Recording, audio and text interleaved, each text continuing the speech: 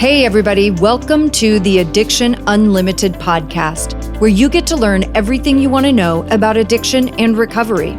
I'm your host, Angela Pugh, co-founder of Kansas City Recovery, life coach, and recovering alcoholic. To learn more about me, you can listen to episode 0 on your podcast app or find us on the web at addictionunlimited.com. Hello, my friend. Welcome back to another episode of the Addiction Unlimited podcast. I'm your coach, Angela Pugh. If you're listening to the Addiction Unlimited show, I'm guessing you're a fan of living a sober lifestyle, right? If you've ever thought about going to a 12-step meeting or wanted to grow your sober community to have more support and fun, this is the perfect episode to get started. And I'm telling you, this conversation is not just for all of you. I found so much value in this conversation, and it warmed my heart, taking me back to my 12-step roots. Enter Arlina Allen, the fabulous founder of Sober Life School, the host of the One Day at a Time podcast and Self-Help Junkie podcast, and a massive self-help junkie herself. I've recently gotten to know Arlina, and I was a guest on her One Day at a Time podcast, and it has been such a blast. Arlina is another high-functioning alcoholic. She left her corporate job to follow her personal development dreams, and now she's following her heart and helping others get the life they really want, working with amazing and powerful women every day. We talk about the changes in the recovery world that we've watched over decades of sobriety, what it feels like to be an old timer in this space, and the beauty of simplicity in your recovery plan. She has mastered long-term sobriety, and she's sharing all of her wisdom and humor with you.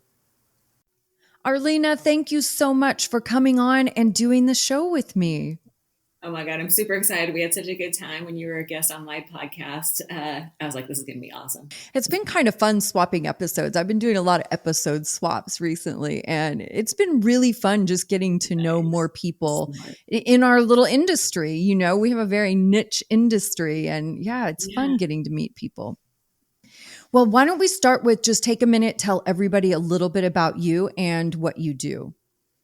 Well, what I do is I am a full-time podcaster. I'm in the space full-time, like the whole sobriety, recovery, personal development space. So I do coaching, and in that practice, I most of the time talk to women that are, that want to learn how to quit drinking. But then I also work with women. It's like, well, then what? What happens after that? And it's like dealing with life challenges. Like I seem to attract a lot of like people like me, like the overachievers, the workaholics, the self-help junkies, which is why I started the second podcast called Self-Help Junkie. So it's all about, picking a topic, finding out why it's important, but coming up with 3 action items, because that old saying, self-knowledge avails us nothing. It's all about the action. So that's kind of where I'm at today. I do a lot of writing. I'm writing a book, the 12-Step Guide for Skeptics. And listen, you and I have been in the space a long time, and we've seen lots of changes, and there's a lot of new ways to do it, which is really exciting to get sober or handle the substance use disorders. But there's a little bit of vitriol against, a lot of backlash against old programs, traditional. And I know that you're in the same camp that I am, that it's an amazing program. It's a take what you like, leave the rest type of thing. But there are some definite barriers to entry. So I'm writing about how people can get past the word alcoholic, or this idea that it's religious, or these ideas of powerlessness. These are ideas that tend to keep people out. So I'm writing sort of from an empathetic place, how do you get past that so that you could get the magic of the transformative process that the 12-step is. So I seem to be like, you ever see those Chinese plate spinners? Yes. That's me. And I can relate very well. Always spinning like 50 plates. So, but yeah, I've been sober since April 23rd of '94. So I'm coming up on 30 years, and my life has been revolved around all the ideas around how to stay sober and be of service and things like that. So, Do you feel like your length of sobriety is a major differentiator for you in the space of recovery podcasters? I would say yes, but not necessarily in a positive way. Some of the feedback Mm, I've gotten has been like, oh, you've been sober so long, you don't remember what it was like back in the beginning, right? Or, I didn't get sober with kids. Like I was sober for 8 years by the time I had kids.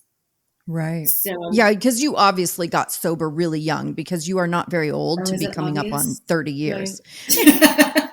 What are you saying? Thank you. Like, yeah, I look good from far obviously to be away. sober. I know everybody in podcast world can't see you right now, but you're stunning. And it's hard to believe you're coming up on 30 years sober. So obviously it happened Man, young. the lack of alcohol has been good for my skin. I'll tell you that. Yes, me too. I totally agree with Yeah. that for I sure. was 25, so I'm 55. So you don't have to do the math. There it is. Well, and I asked the question about the differentiator because it is kind of a thing you have to think about from a business standpoint, right? Yeah. Like what makes you different? What makes you stand out in the crowd? And I don't, I definitely have felt that. Like, I remember when I was newer and I looked at old timers, and sometimes I was really annoyed by old timers because I felt like they were so out of touch, right? Yeah.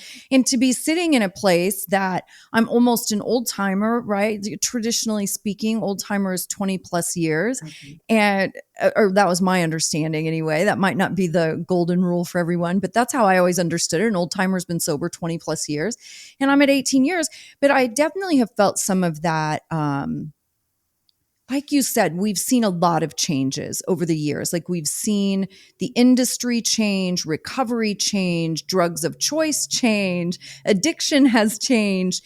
It just is very different. And some people really want to push back against the old school things.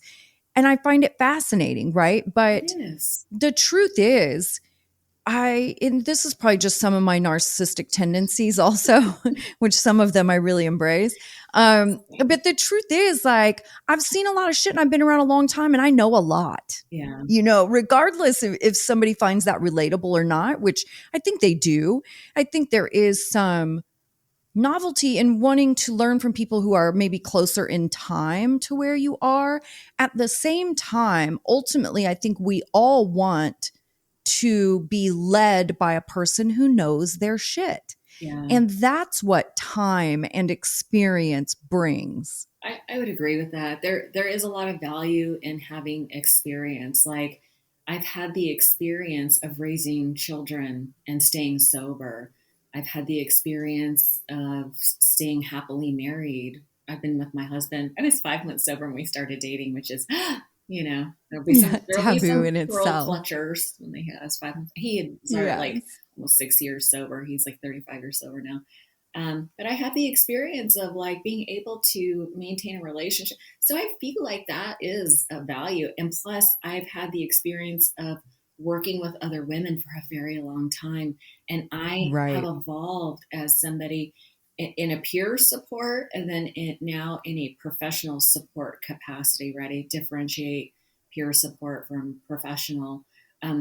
There's like training matters, experience matter, like both Mm-hmm. really matter, right? And so I do have some concerns about like when I was early in my recovery and I was like sponsoring women in 12-step programs, as it turns out, I wasn't that great because I was new at it, right? I got emotion. I gave advice. I was emotionally invested in what they did or didn't do, whether they took my advice or not. Um, so I wasn't as objective.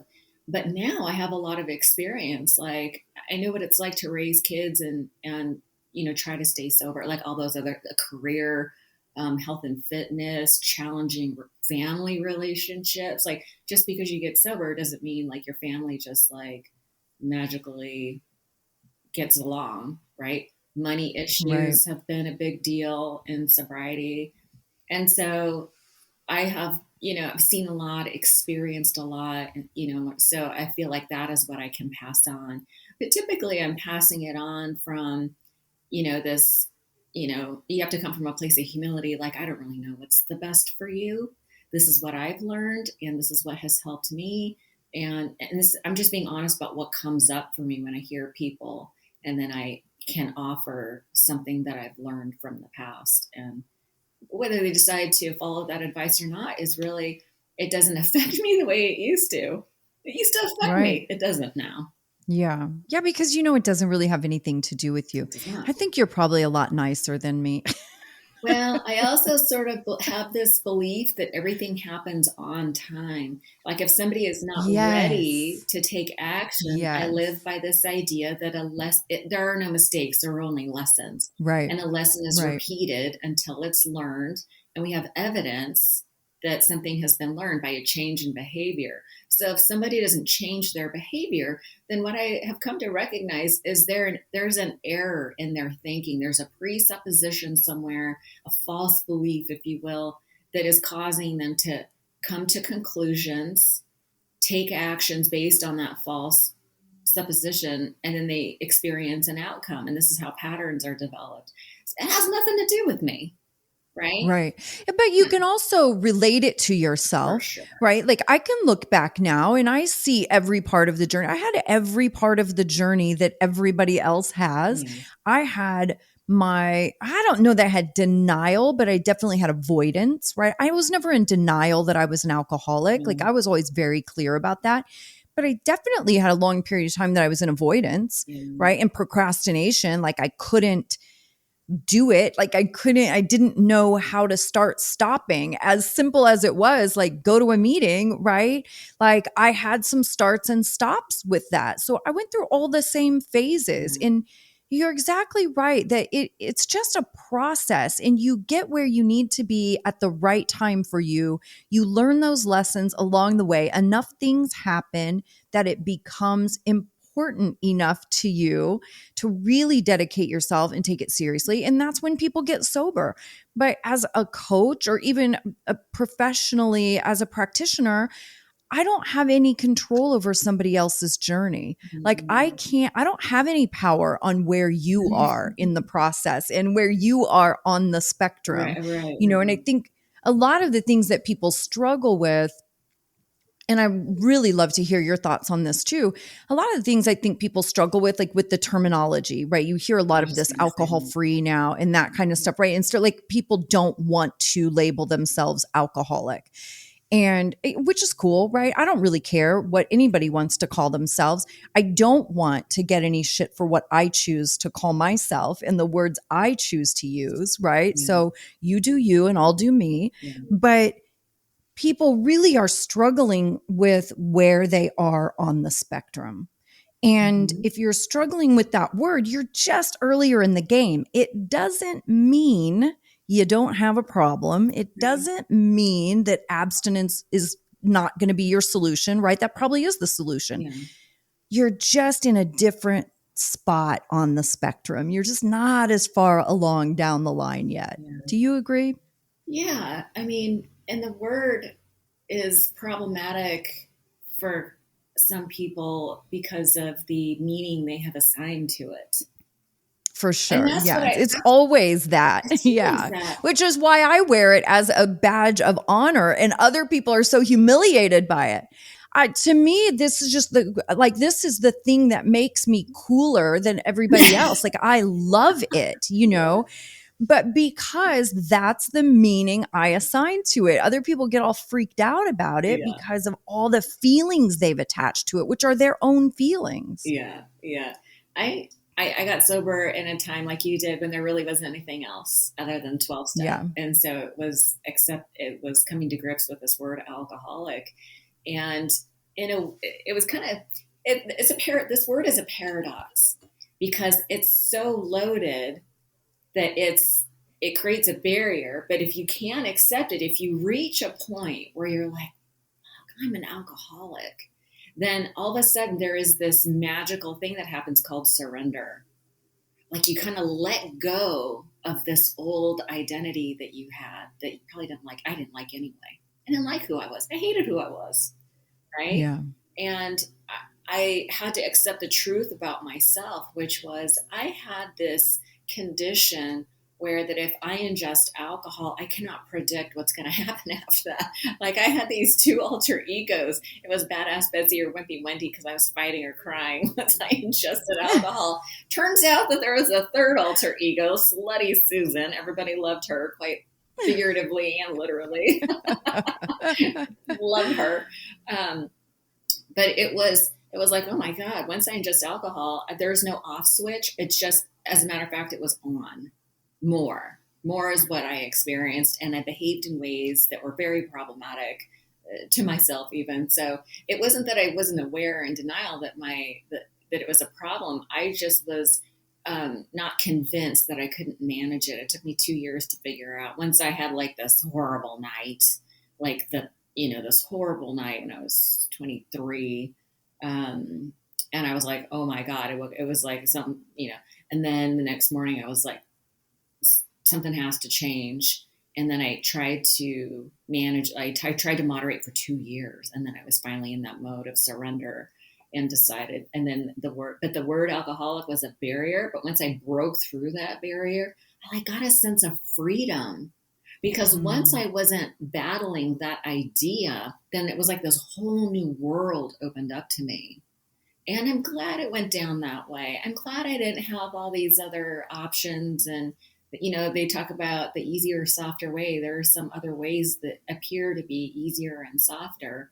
But truth be told, I needed a little ass kicking. I needed a little brainwashing.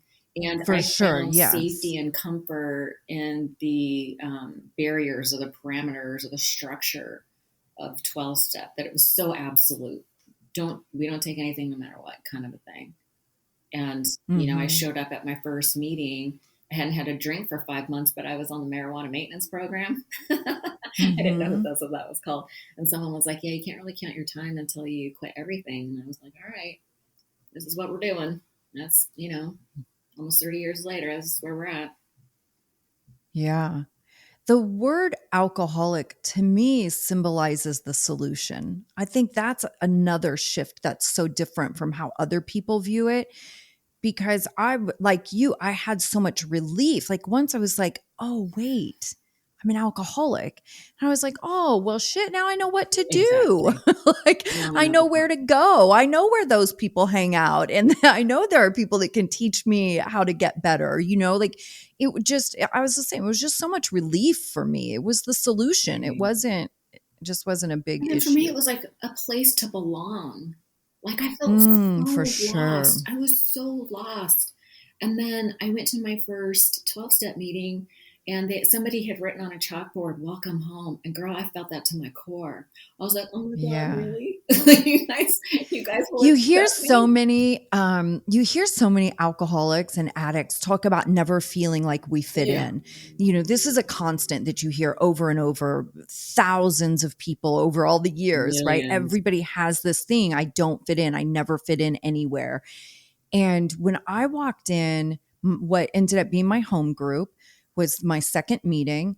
When I walked in that room, it was the first place I ever walked into that I felt like I belonged. Yeah, me too. Like I just felt like I was in the right place. These were my people. Yeah. They're hilarious, so a little funny. Twisted sense of humor, which I so appreciate. Yeah, but it's the first time I ever felt like I was in the right place. Yeah, same. It did feel like home. I was like, these people are speaking my language that I didn't know. It was like this hidden language that and they got my kind of crazy. Like they got it, not from like it was an experience thing. Like they were saying things that I felt that I had never heard anybody else say. And I was like, oh my God, me too. There were so many. Yes. And then there were people that were so funny, but they would make you cry. They would touch your heart. It was like this language of the heart that I was hearing from that's what it was. It was the language of the heart.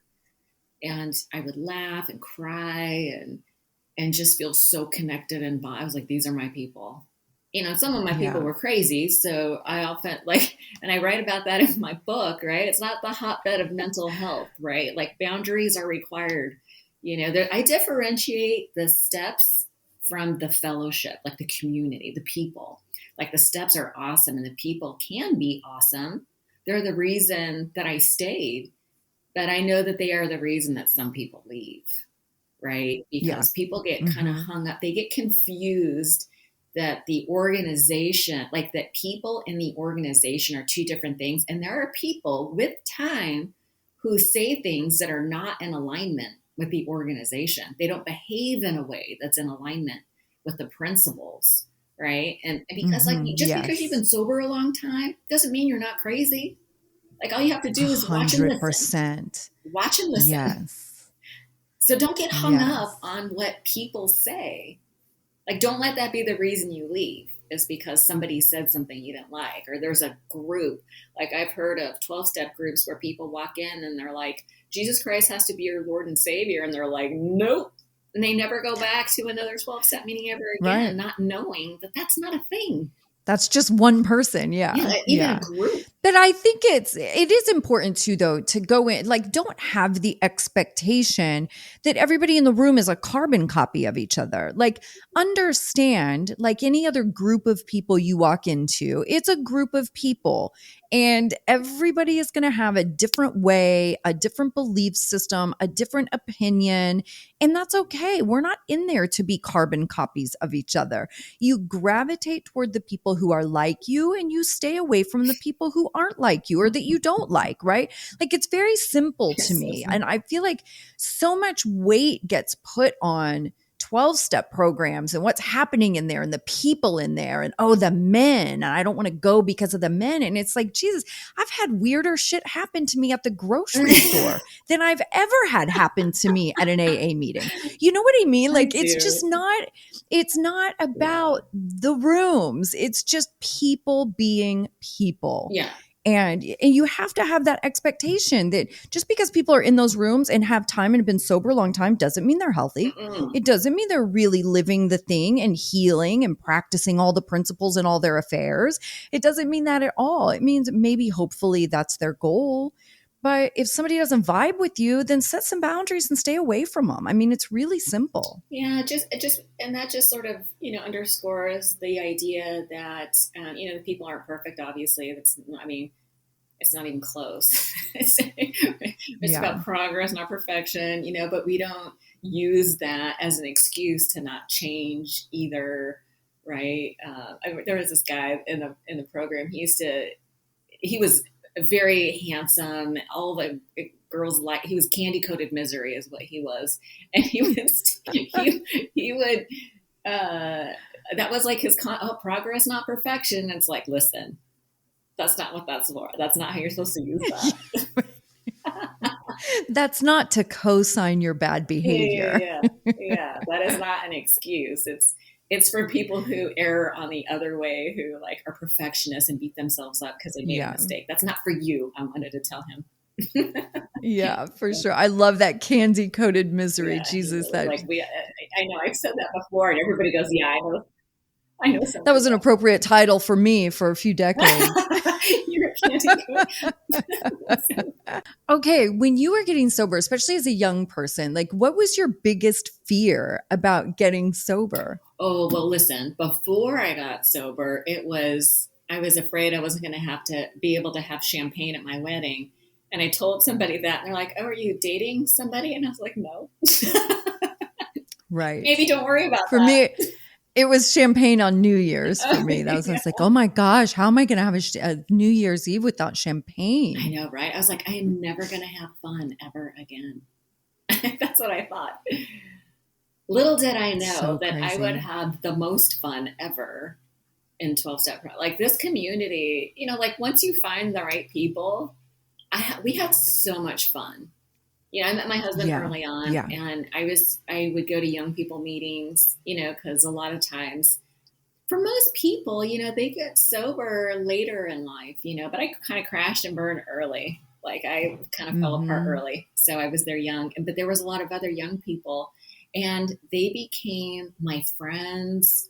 The people that we'd go to meetings together, we'd go to coffee together, we'd celebrate our milestones together. We would get together for all the 4th of July and picnics. Sports. What's the net? The game with the net? Oh, the volleyball, right? Like softball leagues. I mean, there was so much to do. I had to have start scaling back. I mean, there was just like a ridiculous amount of fun thing. Hiking group. I mean, have you ever heard of the Phoenix organization? Yeah, absolutely. Yeah, so they're a sober organization. They're not 12-step oriented, but their whole thing is about sober group activities, and it's free. So I mean, Yeah. the things I was worried about, turns out I was a non-starter. It was nothing to worry about. That's what I was worried It about. sounds like you really embraced a new lifestyle.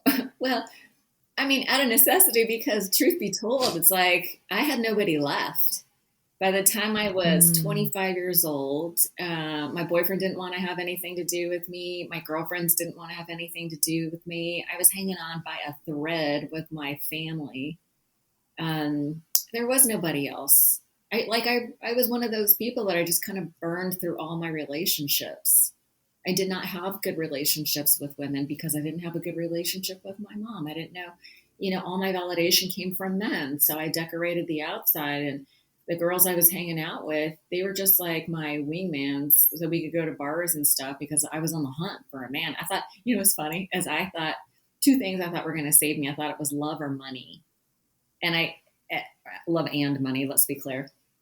I thought a man was going to save me. And it turns out I was off just a little bit. It was love that saved me, but it came from the women, right? And yeah, I right. didn't know that at first, right? I was all so externally focused that I didn't know that I have anything of worth or value on the inside.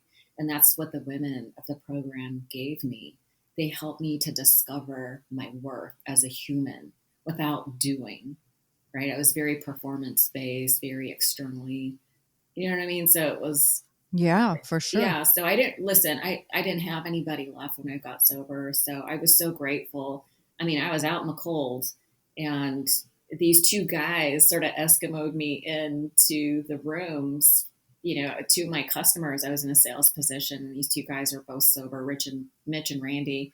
And one was kind of breaking down the concepts of 12 steps, and Mitch took me to my very first meeting. And I was so grateful, like we were talking about those first meetings when they welcome the newcomer, and they, wrote welcome home, and they started telling their stories, things that I felt that I didn't know how to articulate. They were, oh my God. So I was home, and I was grateful for all of that. Yeah. Yeah. It's such a good time thinking back on the early Yes, days. it was fun. I mean, I was broke and I was working a lot, so I was tired. But there was a lot of magic happening in those early days because that's when I was changing. There's something about evolving and making progress that leads to a certain satisfaction and contentment and fulfillment. And I was growing in leaps and bounds in those days. I was learning to set boundaries. I was learning to take personal responsibility for my feelings. I was learning how to take my power back. I was just learning so much, like learning I could actually ask for help, and then learning how to listen for the answer, like developing this Yeah. higher power concept. It was exciting times. Everything was so new. Yeah. It was a lot of fun. Yeah. Yeah. No, I totally agree. And the simplicity of it, right? Like you said earlier, the simplicity of the structure of the program, like I have found in my life now, after many decades of life and many mistakes in life, Lessons. when I look back, some of the most incredible periods of my life were rebuilding periods Yeah. because I simplified so much, right? Like early sobriety, I had one freaking goal. I was tunnel visioned on one thing, and that was not drinking, period. Right. Whatever that took, that's what I was doing. And then later, another point of time I always think about is I had a financial rock bottom a couple of years into sobriety. Mhm. And again, in a position of just simplifying, like I had to cut my life down to bare bones and I had one focus. And that was just digging Mhm. my way out of this financial hole that I had gotten into. I'd lost a business and owed a lot of money. Mhm. But it just, the simplicity of those times, like those were some of my most enjoyable times of my life Yeah. because it was just simple. Yeah. We do have a tendency to overcomplicate things. Oh my gosh, for sure. I love me a good This distraction. crazy little brain of mine. Okay, so when did you decide, at what point did you decide that you wanted recovery to be your career? Well, I came from Silicon Valley in the San Jose, California Bay Area, and I was in high tech for 10 years. So I did high tech sales, and I knew that I was not in alignment with with my authenticity, with like who I really was, right? And I had been wanting to get out. I was like, God did not put me on this planet to sell software. It was fun having like a fancy title and a big income and you know work trips and all that. But it was very it was out of alignment with who I really was because my heart wanted to be of service and to share all the things that I had been learning over the decades that I had been sober, right? And so it was kind of a funny story. Actually, this is where like I got super involved and like obsessed with like the laws of attraction. I was like, what is this thing? Like The Secret came out like in 2007 or Yeah. 2008. I was really interested by it. It's really just ideas about universal law like karma or gravity. Like there are laws and things that are laws, guarantees that bring me comfort. So I started playing with this. So anyway, in 2020, I started getting a coaching certification. My husband was like, enough is enough. You've been talking about this for so long. You need to just do it. So he made me sit down and fill out the application and pay the money. I was like, oh my God, to eat all this money to get a coaching certification. He was like, do it. You've been talking about it too long. This is what you're meant to do. Do it. So I was getting that done. Meanwhile, my work laptop password, this is where the law of attraction comes in, because what you think about, you bring about it. The password was new job 2020 on my work laptop, right? New job 2020. I was thinking about coaching. And then COVID hits, right? And I'm selling VPN, virtualized private networks, at the enterprise level. And when it hit, like the Pac Northwest, which was my territory, was like a hot spot. So every account I was managing had to make a purchase. Like it was insane. I did like 400 quotes in like 2 weeks, where that's all I did the entire previous year, right? I hit my annual number by about March or April. So it Wow. was crazy. And the company did so good. It got acquired. And after it got acquired, they laid off the entire inside sales team, which I was a part of. So they gave me a golden parachute. It was amazing. It was amazing. And it happened in December of 2020. I had 2 years worth of salary in the bank. I just completed my coaching certification. And I was like, that was amazing. That was like the law of attraction. Yeah. And so that's what I've been doing ever since. Like I had been doing the podcast since 2016, trying to help people. Really, the whole purpose of that podcast is to help alleviate unnecessary suffering through the lens of addiction recovery. And but yeah, so that's what I've been doing ever since. And this feels like it's in alignment with who I really am.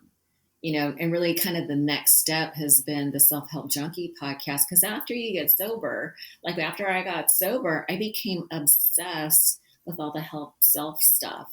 I learned these ideas like if you change your mind, you can change your life. And I was searching back into my child for like, where did all the wounds happen? Where did my mother wounds, money wounds, self-esteem, like where did all that, what were the roots to that? And so the self-help path, I've just been obsessed with it. I can't believe it took me this long to figure out I needed to do this podcast. But because, that idea that self-knowledge avails us nothing, it was like I got Yeah. stuck in this loop of consuming information and kind of getting that dopamine hit and like kind of future tripping with like, oh, this, how things could be different. But the podcast is actually about identifying a topic, why it's important, and then 3 action items. Like, how do you actually apply it to your life? And then twice monthly, there's a meeting where people can come and ask questions about it or get ideas or just connect with other people that are also sort of the overachiever, self-help junkie type people who love to talk about this kind of information. So it's been It's been amazing. It's been a lot of fun. Well, you highlighted a really important thing in there too, in the like continuing to consume, right? And people get stuck here in just the consumption of Yeah. information. Information will not change your Yeah. life. Action changes your life. So, and I'm sure you see this a lot too, right? Because we're all kind of the same, Yeah. but people will just bounce from one thing to another, right? It's like the dry January thing. And then it's this other podcaster person has this thing, and then this membership and these meetings and this worksheet and this challenge. And, like everybody just bounces from thing to thing, thinking the thing is going to be what changes. And it's like, no, you can continue consuming information and stay in analysis paralysis forever Yeah. if that's what you're dedicated to, right? Like at some point, you've got to take real action and make actual changes in your life. Yeah, and this is kind of like the right information applied at the right time and in the right way is what affects change. And I'm all about cause and effect. I love me some Mm-hmm. spirituality, but I am a science girl at heart because there are times, Yes, me yeah, too. there are times when I just don't have faith, and I have doubts. And when I don't have faith, I have science, right? I have evidence that I can rely on, that if I take these actions, I will get these results, that it's impersonal. Like I don't need to be, I like this idea of science being impersonal because then it sort of alleviates a lot of shame for me, right? In certain Yeah. areas, like I had shame around money, I had shame around my ability to perform.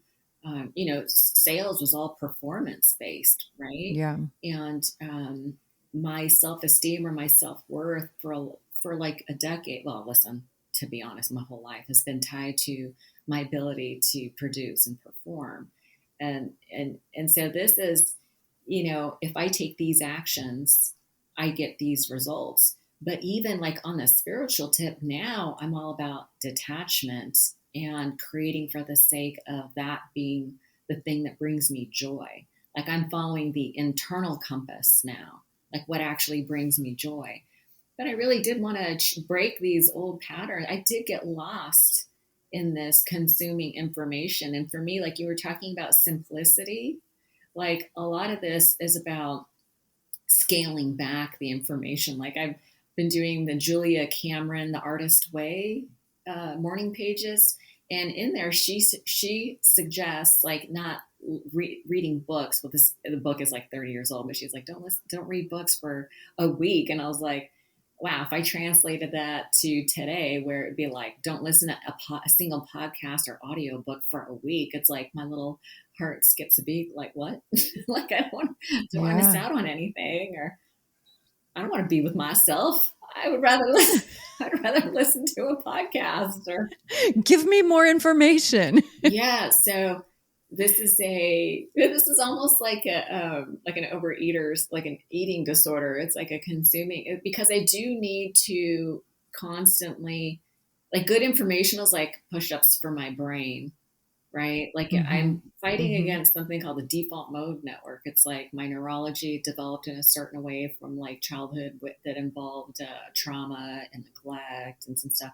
So my brain is sort of wired a certain way. So I do find it important to consume positive information because that leads Mm-hmm. me to a healthier place. Like I wouldn't expect to go to the gym once and stay in shape forever, eat a salad and be thin the rest of my life, right? So but it's a way of managing it so that that's not the end goal, is to find information that gives me the dopamine hit. The end goal Right. is to find the action item in the information that I'm consuming and I use SMART goals, the specific, measurable, Mm-hmm. actionable, reasonable, and time bound. If it's not on my calendar, it doesn't happen. So when I consume information, it's with the ear of what is the action and how am I going to apply it to my life? How am I going to squeeze it onto the calendar? You know? Right. So yeah, I'm currently obsessed with that. I love that. I'm a law of attraction person too. It's like one of my favorite things Yeah. in the world. Yeah. It's such an incredible belief system. And yeah, love it. Okay. final question, favorite question. What is your favorite thing about being a sober person? Ooh, I think it gave me my purpose. It helped me be authentically who I am, which has led me to my purpose. I have like this overarching purpose of I want to be of service. I want to be useful, and I got this prayer from Oprah. It was take all that I am, all that I hope to be, and use it for a purpose greater than myself. Right. And that it's like my life has a rudder. I was so lost before. And now my life has a rudder. I have purpose. It has meaning. And man, I can't imagine not having had that. I'm so grateful for it. Yeah, I love that. I totally agree. So, so, so good. And who would have thought that really it would have led us to our purpose? Because that was truly what it was for me too. It really showed me what it, at first, like my rock bottom moment gave me the insight that there must be something else I'm meant for, because I was trying my best to die or destroy myself and destroy my life. Right. And it just wasn't happening, right? So I knew, I was like, wow, I guess there must be something else I'm meant to do. And then eventually, I definitely understood that this was my path and certainly what I was created for. And yeah, I see that in unbelievable. All you. of that, I see that. just being an alcoholic. Oh, Yeah, I see it. You are doing what you were meant to do. Faux show. yeah. Yeah. Good stuff. Arlina, thank you again for coming on, and tell everybody the best way to find you. And just so you guys know, I will link it all in the show notes too. Yeah, so I would say you can find me on Instagram, Self-Help Junkie podcast. That is like, I'm obsessed with it, so I'm spending the majority of my time there. I do have a website, Sober Life School, that's sort of like the hub. It has all my sobriety stuff on there, the podcast. Like, there's a bunch of free resources. I wrote a guide, How to Quit Drinking, 30 Tips for Your First 30 Days, that you can just download for free. So there's a lot of resources there, but I am obsessed with the Self-Help Junkie stuff. Like this, I feel like, okay, this is my purpose. Thank you so much. Thanks for having me. So good to see you. You've reached the end of another great episode of the Addiction Unlimited podcast. Candid and honest conversation about addiction and recovery. Be sure to visit us at addictionunlimited.com to join the conversation and access show notes and links to everything we talked about. Love this episode? Please take 30 seconds to subscribe, rate, and review on iTunes to help us improve and give you the information you want. Thanks for listening. See you next week.